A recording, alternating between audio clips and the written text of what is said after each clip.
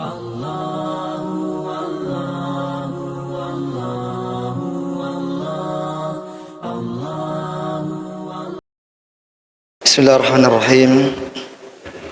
Assalamualaikum warahmatullahi wabarakatuh. Alhamdulillahi rabbil alamin.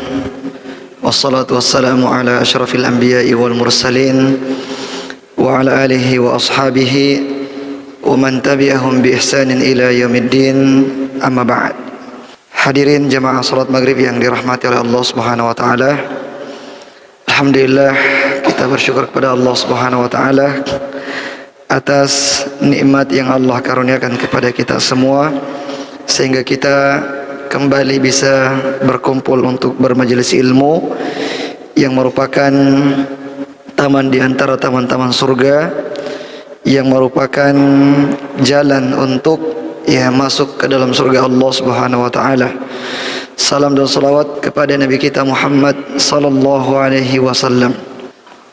Jamaah yang dirahmati oleh Allah Subhanahu wa taala, pada pembahasan yang lalu kita sudah membahas tentang kisah sapi betina Bani Israel yang diperintahkan oleh Nabi Musa alaihissalam untuk mencarinya dan menyembelihnya untuk mengungkap siapakah pelaku pembunuhan misterius yang terjadi pada waktu itu. Dan alhamdulillah kita sudah menyebutkan tersisa 2 poin lagi. Yang pertama adalah tentang kisah ini menunjukkan bagaimana kemahakuasaan Allah Subhanahu wa taala untuk menghidupkan yang telah mati. Di mana orang yang sudah terbunuh tadi hanya dengan dipukulkan dengan bagian tubuh, bagian dari sapi tersebut yang sudah disembelih, kemudian orang itu bisa hidup kembali dan menunjuk siapa yang telah membunuhnya, dan setelah itu kemudian dia pun dimatikan kembali oleh Allah Subhanahu wa taala. Dan kita sebutkan bahwa ada dalam surah Al-Baqarah ada 5 kisah, 5 contoh Allah Subhanahu wa taala menghidupkan yang telah mati. Yang pertama secara berurut kita sebutkan di dalam surah Al-Baqarah, yaitu di dalam ayat 55 sampai 56. Ayat 55 sampai 56. Kita lihat dulu bagaimana ayatnya. Al-Baqarah 55 sampai 56. Allah berfirman, "Wa idh qultum ya Musa lan nu'mina laka hatta narallaha jahratan fa akhadhatkumus sa'iqatu wa antum tanzurun thumma ba'atsnakum min ba'di mautikum la'allakum tashkurun." Baik, jadi ini sebagian dari pengikut Nabi Musa alaihissalam yang mau melihat Allah Subhanahu wa taala, yang mau melihat Allah Subhanahu wa taala dan minta kepada Nabi Musa alaihissalam agar mereka mampu untuk melihat Allah Subhanahu wa taala. Akan tetapi kemudian mereka pun dihukum dengan permintaan tersebut, dengan halilintar atau dengan petir yang menyambar mereka. Kemudian setelah itu Allah Subhanahu wa taala menghidupkan mereka kembali. Setelah disambar petir meninggal dunia, setelah itu Allah Subhanahu wa taala menghidupkan mereka kembali. Kemudian yang kedua adalah kisah kita ini, yaitu kisah sapi betina, surah Al-Baqarah juga ayat 67 sampai 83. Kemudian yang berikutnya adalah surah Al-Baqarah ayat 243. 243. Allah Subhanahu wa taala berfirman, "Alam tara ilal ladzina kharaju min diyarihim wa hum ulufun hadaral maut faqala lahumullahu mutu thumma ahyahum innallaha ladzu fadlin 'alan nasi walakinna aktsaran nasi la yashkurun." Jadi kisah ini terkait dengan penduduk kampung yang dimana terjadi taun, terjadi sebuah wabah penyakit yang sangat menular, yaitu penyakit taun, menular dan mematikan. Kemudian orang-orang tersebut, penduduk kampung tersebut yang jumlahnya ribuan orang, yaitu akhirnya meninggalkan kampung itu karena takut terkena taun. Tapi ya ternyata setelah mereka meninggalkan kampungnya, justru Allah Subhanahu wa taala mematikan mereka semua. Allah mewafatkan mereka semua, ya sekaligus yang jumlahnya ribuan orang. Dan setelah itu Allah Subhanahu wa taala menghidupkan mereka kembali. Ya. Dan Allah mengatakan Allah memiliki keutamaan terhadap manusia, akan tetapi kebanyakan manusia itu tidak pintar bersyukur. Nah, jadi jamaah yang dirahmati oleh Allah Subhanahu wa taala, ya makanya dalam syariat kita itu, ya ketika taun terjadi di sebuah negeri dan orang berada di negeri tersebut, ya maka dia tidak boleh keluar darinya karena takut dari kematian tersebut.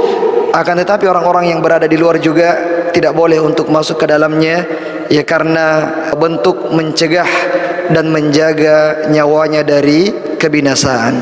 Nah, jadi ini adalah contoh yang ketiga, dan ini lebih dahsyat lagi karena jumlahnya ribuan. Ya, kalau contoh yang pertama, yang pertama itu hanya beberapa orang saja. Contoh yang kedua hanya satu orang saja. Contoh yang ketiga ini adalah ribuan orang. Ya, ribuan orang yang kemudian Allah bangkitkan kembali. Kemudian contoh yang keempat adalah ayat 259. Allah berfirman,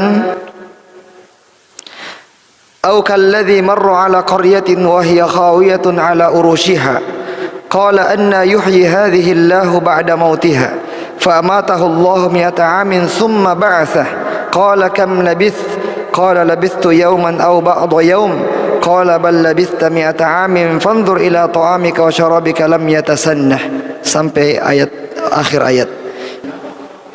Jadi ayat ini menurut sebagian ahli tafsir, ya, orang yang dimaksud dalam ayat ini adalah Uzair.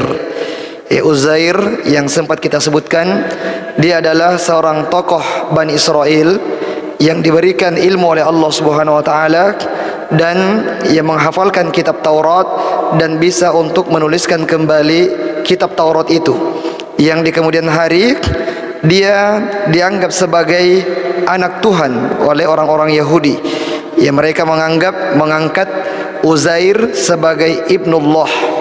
Nah, jadi Uzair pernah melewati sebuah kampung yang sudah hancur, ya sudah lama ditinggalkan oleh penghuninya, ya sudah hancur lebur. Ya kemudian orang ini mengatakan bagaimana Allah akan menghidupkan kembali negeri ini setelah hancur porak-poranda seperti ini. Nah, kemudian Allah Subhanahu wa taala mematikan orang tersebut, ya selama 100 tahun. Selama 100 tahun kemudian dia dibangkitkan lagi oleh Allah Subhanahu wa taala dan ditanya, ya berapa lama kamu dimatikan? Dia mengatakan, ya sekitar 1 hari atau setengah hari. Allah mengatakan bahkan kamu itu dimatikan selama 100 tahun lamanya. Nah, jadi ini adalah contoh yang keempat, ya, dan ini juga luar biasa.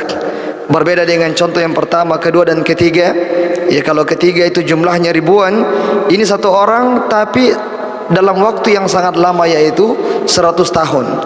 Ya, kemudian dibangkitkan lagi oleh Allah Subhanahu wa taala. Kemudian yang kelima adalah di ayat 265. Allah berfirman, "Wa mathalul ladzina yunfikuna amwalahum amwalahum fi wa mathalul ladzina yunfikuna amwalahum ibtigha'a mardatillahi wa tathbitan min anfusihim kamathali habbatin birabwatin asabaha wabilun." Sepertinya bukan ini ya. Kisahnya Nabi Ibrahim alaihissalam. Ya, kisahnya Nabi Ibrahim alaihissalam ketika 260. Wa idh qala Ibrahim rabbi arini kaifa tuhyil mauta qala awalam tu'min qala bala walakin liyatma'inna qalbi qala fakhudh arba'atan min at-tayri fasurhunna ilaik thumma ij'al ala kulli jabalin minhunna juz'a thumma ad'uhunna ya'tinaka sa'ya wa alam anna Allah azizun hakim. Ya, ini contoh yang kelima ya dalam surah Al-Baqarah, dan ini juga beda dengan contoh yang pertama, kedua, ketiga dan keempat. Ya, kalau contoh yang pertama, kedua, ketiga, keempat, yang meninggal itu tidak terpisah-pisah, ya, tidak dimutilasi. Kalau yang keempat ini adalah burung, fakhudh arba'atan minat tayri fasurhunna ilaik thumma ja'al ala kulli jabalin minhunna juz'a. Ya, ambil 4 burung, kemudian disembeli, kemudian dipisah-pisah di 4 gunung. Ya, di 4 gunung. Kemudian dipanggil. Ya, dipanggil. Ya, setelah dipanggil, ke-4 burung tersebut hidup kembali dan datang kepada Nabi Ibrahim alaihissalam. Jadi ya ini semua adalah ya contoh-contoh dengan contoh yang berbeda-beda ya terkait bagaimana kemampuan ya kemahakuasaan Allah Subhanahu wa taala untuk menghidupkan kembali orang-orang yang sudah meninggal dunia. Ya, karena di antara hal yang paling diingkari oleh orang-orang musyrik di zaman Nabi SAW adalah mereka mengingkari tentang adanya hari kebangkitan itu. Ya, betapa seringnya mereka mengatakan, bagaimana mungkin Allah menghidupkan kita kembali setelah kita sudah menjadi tanah, ya sudah hancur tulang-tulang kita dan bersatu dengan tanah. Bagaimana mungkin Allah Subhanahu wa taala membangkitkan kembali? Dan Allah Subhanahu wa taala membuat banyak permisalan-permisalan, ya contoh-contoh kepada mereka di dalam Al-Qur'anul Karim. Akan tetapi meskipun demikian, ya mereka masih saja ingkar dan kufur kepada Nabi kita Muhammad sallallahu alaihi wasallam. Ya, karena hati mereka itu sudah mati. Ya, hati yang sudah mati dan buta, ya meskipun apa yang datang kepadanya maka tidak akan bermanfaat.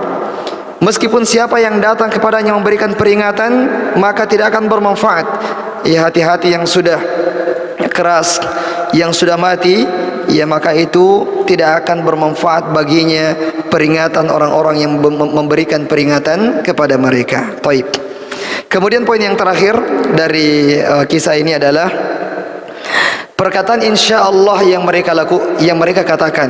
Ya, mereka mengatakan qalu da'u lana rabbaka yubayyin lana ma hiya innal baqara tashabaha alaina wa inna insyaallahu lamuhtadun. Berkata Nabi sallallahu alaihi wasallam, walladzi nafsi biyadihi law lam yaqulu insyaallahu lahila bainahum wa bainaha abadan. Ya, demi Allah Subhanahu wa taala, sekiranya mereka tidak mengatakan insyaallah, maka mereka tidak akan mampu untuk mendapatkan sapi yang dimaksud selama-lamanya. Tapi karena masih ada ucapan insyaallah yang mereka ucapkan, sehingga mereka masih diberikan kesempatan untuk menemukan sapi yang dimaksud. Ya, meskipun setelah melalui pencarian yang luar biasa lamanya dan susahnya, ya tapi pada akhirnya mereka juga mendapatkan apa yang mereka cari tersebut. Ya, meskipun sanad hadis ini masih dipertanyakan, tapi secara maknanya benar. Ya, karena beberapa hadis yang lain juga menunjukkan bagaimana keutamaan ia mengucapkan kata insyaallah dan bagaimana akibat ya ketika kita tidak mengucapkan kalimat insyaallah. Dan wallahu taala alam. Semoga bermanfaat untuk kita semua, terutama untuk diri kami sendiri. Subhanakallahumma bihamdik asyhadu an la ilaha illa anta astaghfiruka wa atubu ilaik. Wa akhiru da'wana alhamdulillahi rabbil alamin. Wassalamualaikum warahmatullahi wabarakatuh.